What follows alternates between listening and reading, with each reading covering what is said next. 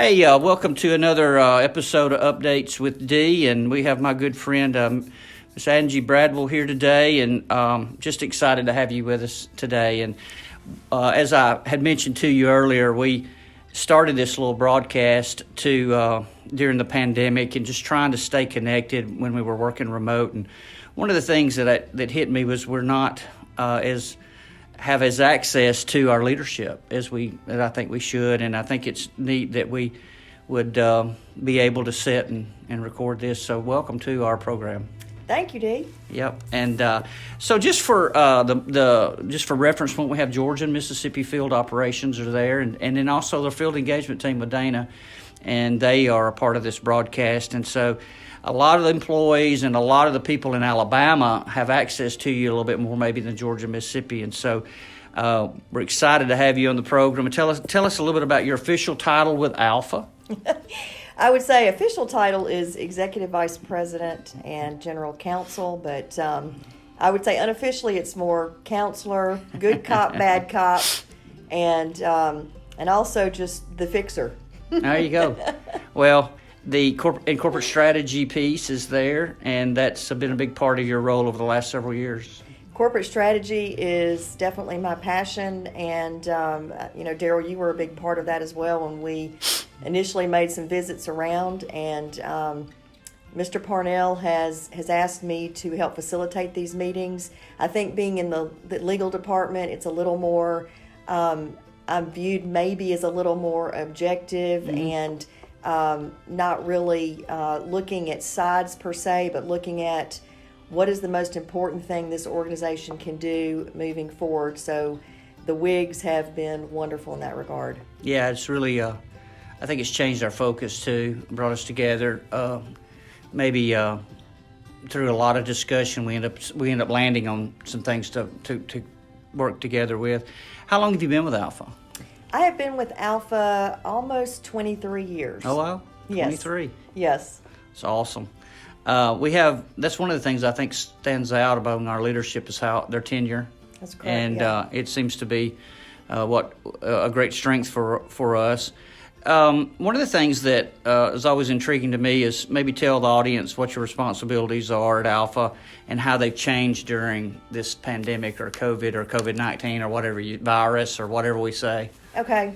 I think for me, my responsibilities, I'm over obviously the legal department and audit services as well as risk management. Okay. And those functions were not always under legal, but we realized that we could leverage, we were all overlapping and sort of doing some of the same things.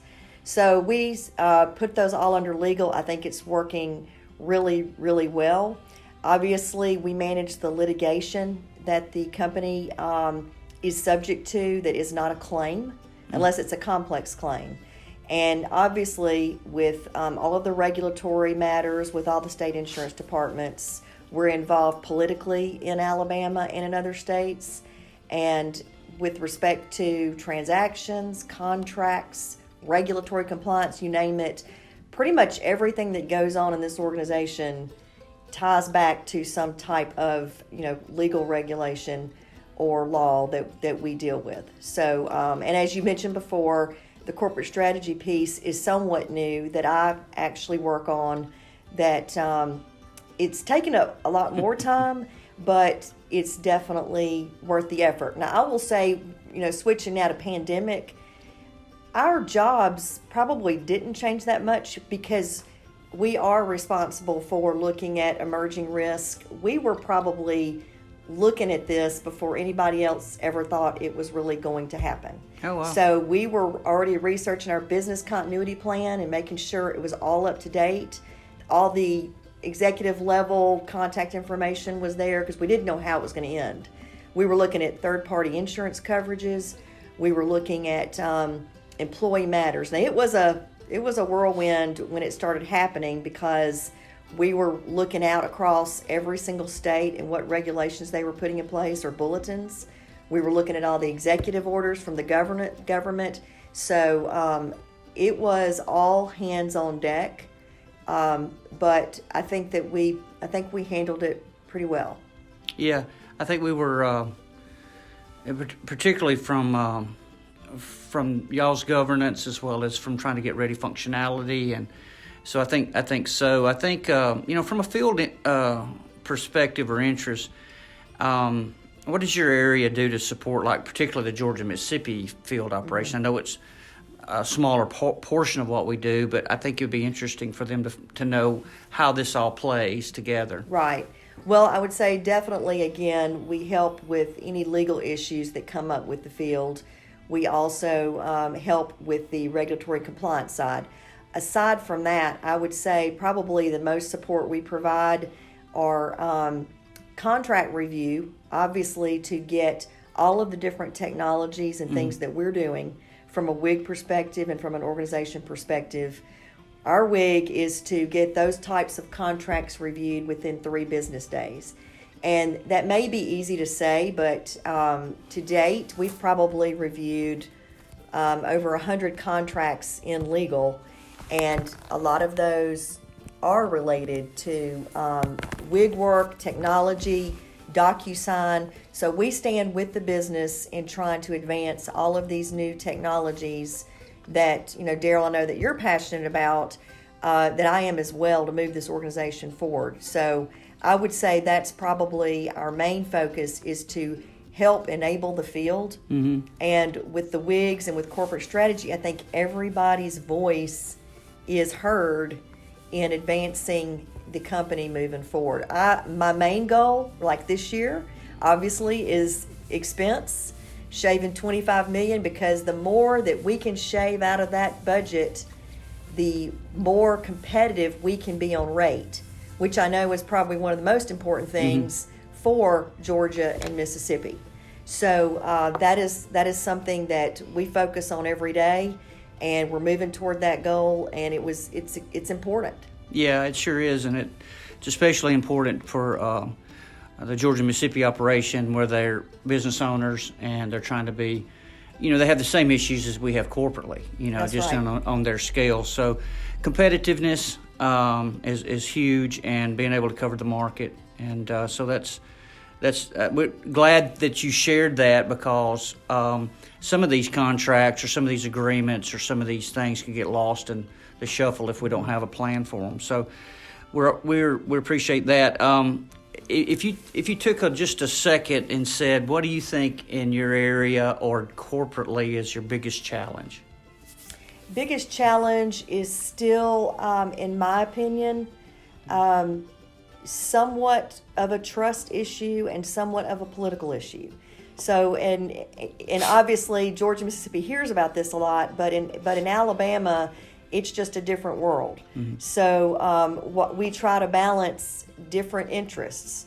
So what may be helpful for Alfa politically may or may not be popular, say, to our customers.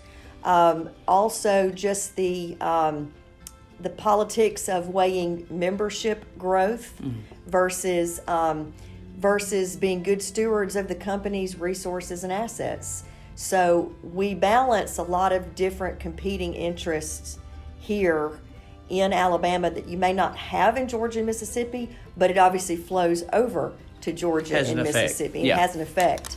And so I would say that, and still our 2 biggest challenges to me are still geographic concentration in Alabama.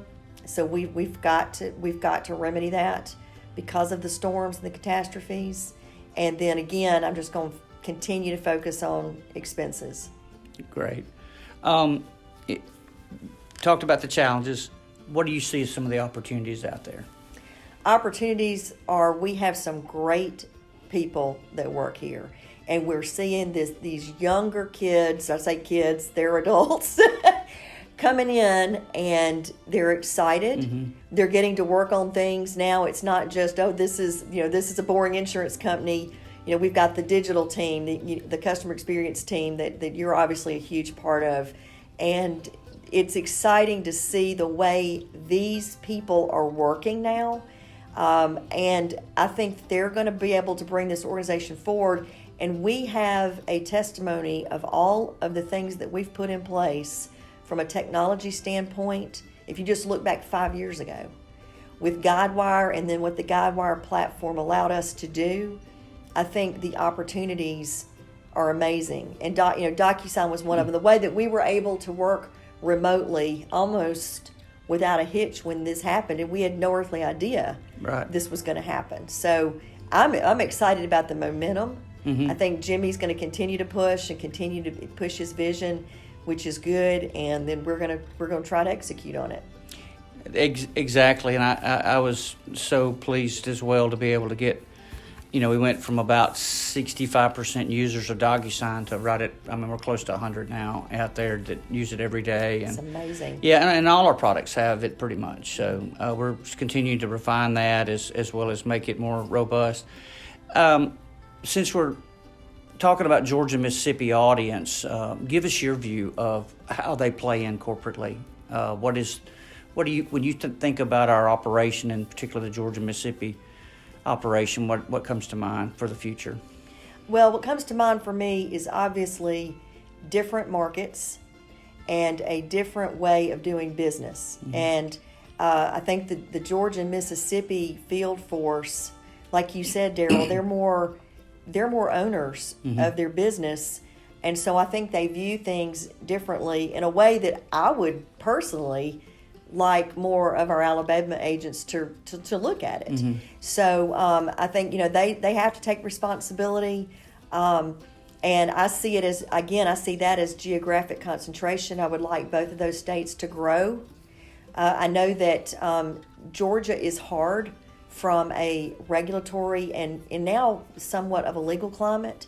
So I know it's just getting harder, but then there's so much untapped potential in Georgia. And I love the way it appears to me, and I know that's under your leadership as well, that Georgia and Mississippi have embraced the technology, the changes. I know sometimes they may feel that they're not as heard or as part of Alabama, but I believe that is less so today than it was with the specific plans that we put in place. And, kudos to those teams for showing. We put a plan in place. It was not easy. It was very difficult, but I think that we're bearing out the fruits of those plans. And so everyone should really pat themselves on the back for that. So I just see it growing more and more in the future. And I know, Darrell, to your point, a lot of times I hope we continue to try to stop just doing a one-size-fits-all, that we continue with making sure that we understand those are different markets and that we address that. Yes, thank you for that. Yeah, I think we're excited about where we play. I think one of the things that I'm most proud of is the way that Georgia and Mississippi did tackle the charge of the profitability initiative, and we've, I guess, somewhat proven that on a recurring loss ratio basis we can do that. The cats still give us some trouble, and as we grow, we'll be able to cover that. So thank you for mentioning that. As we close this segment out, and just any final thoughts or comments or anything you'd like, if there's one thing you'd like to leave the audience with today, from your perspective, what would it be? Well, I would have to say that it's really Darrell McNeal. I definitely want to let this audience know that, in my opinion and from what I see, Darrell is what I call the great facilitator between the field and the home office, and is able to communicate effectively in a way that people hear him, and is just a champion for transformation, both with the customer and with digital.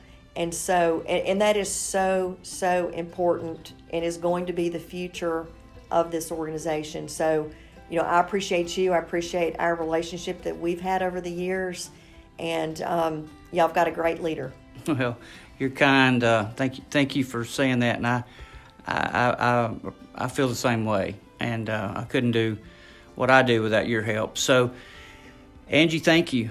We appreciate you, what you do, and I hope this gives some enlightenment a little bit to the the folks out there that understand a little bit about it's more than just being an attorney here. It's a lot. So thank you for that. And as we end this segment, we always end it with a verse. Proverbs 16:9 says, "The heart of man plans his way, but the Lord establishes his steps."